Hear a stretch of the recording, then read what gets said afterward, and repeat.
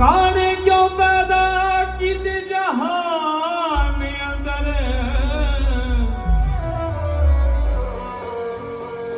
रब्बा सानू नहीं गोरे पसंद करदे नहीं तां सानू भी रज़्मा रूप दे दे